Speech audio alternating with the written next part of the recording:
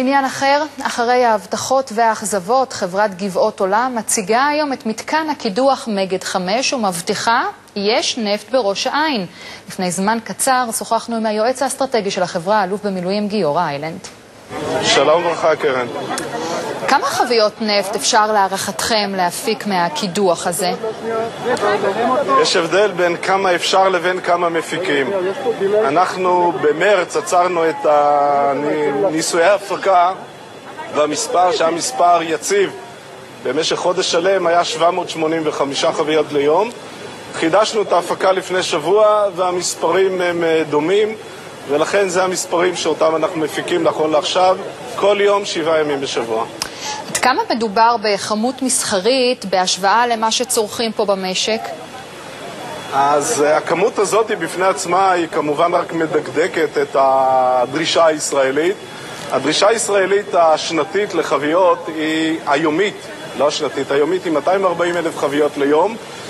אנחנו חושבים שנוכל להגיע לסדר גודל של כ10% מהצריכה הזאת או מהדרישה הזאת במשך כמה שנים, ואני חושב שזה יהיה הישג יפה, משום שבתחום הזה לישראל מעולם לא הייתה אפילו חלק מהעצמאות, ולזה לדעתי נוכל להגיע. אבל לפחות אם מדברים על הקצב הראשוני, אני מניחה שזה קצת מאכזב את המשקיעים, לא? לא, אז זה הסברנו פה יפה. אנחנו בסך הכל כרגע מפיקים נפט ממקטע אחד של 20 מטר מתוך באר של 700 מטר. אנחנו מתכננים לקדוח עוד 3 בארות נוספות במהלך השנתיים הקרובות, כך שבקיץ 2013 במקום באר אחד יהיו לנו 4. אנחנו מתכננים תוך כמה שנים לנצל את כל שטח הליבה, שזה כ-16 בארות, ובעתיד הרחוק להגיע ל-40 בארות. וכשנגיע ל-40 בארות, בתקווה, ושהמספרים יהיו המכפלות שלהם, אז זה כבר בהחלט לא מדקדק, זה כבר כמויות משמעותיות. היה המון מידע סותר שנתתם למשקיעים בחודשים האחרונים. לא שיגעתם אותם? אני לא רוצה להיכנס לעניין הזה. אנחנו לא נתנו שום מידע סותר. אנחנו נתנו בדרך כלל את המידע שחשבנו שהוא גם נכון, וגם נכון לומר אותו.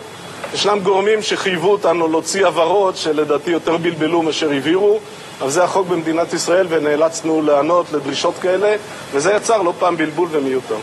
אז בוא נדבר בדיוק על הגורמים האלה. הרשות לניירות ערך מאוד לא מרוצה מההתנהלות שלכם. רשות ניירות ערך לא מרוצה, אבל אני בוודאי לא אכנס איתם כרגע לעימות בעניין הזה. בסך הכל אנחנו מקפידים לעשות את מה שהם אומרים. חלק מהעברות שלהם לדעתנו לא היו לעניין, ויצרו חלק מהבלבול שלכאורה עליו טוענים, אבל מבחינתי גם זה מאחורינו, כי נתנו פה לכל התקשורת שהייתה פה סקירה מאוד מסודרת איפה אנחנו נמצאים, איפה לפי דעתנו נהיה בעוד שנתיים, איפה לפי דעתנו נהיה בעוד כמה שנים. אני מקווה שזה גם זהיר, גם מדויק וגם בהיר. טוב, אז נפט בראש העין, לפחות לפי ההבטחות שלכם. גיורא איילנד, תודה רבה לך. בבקשה.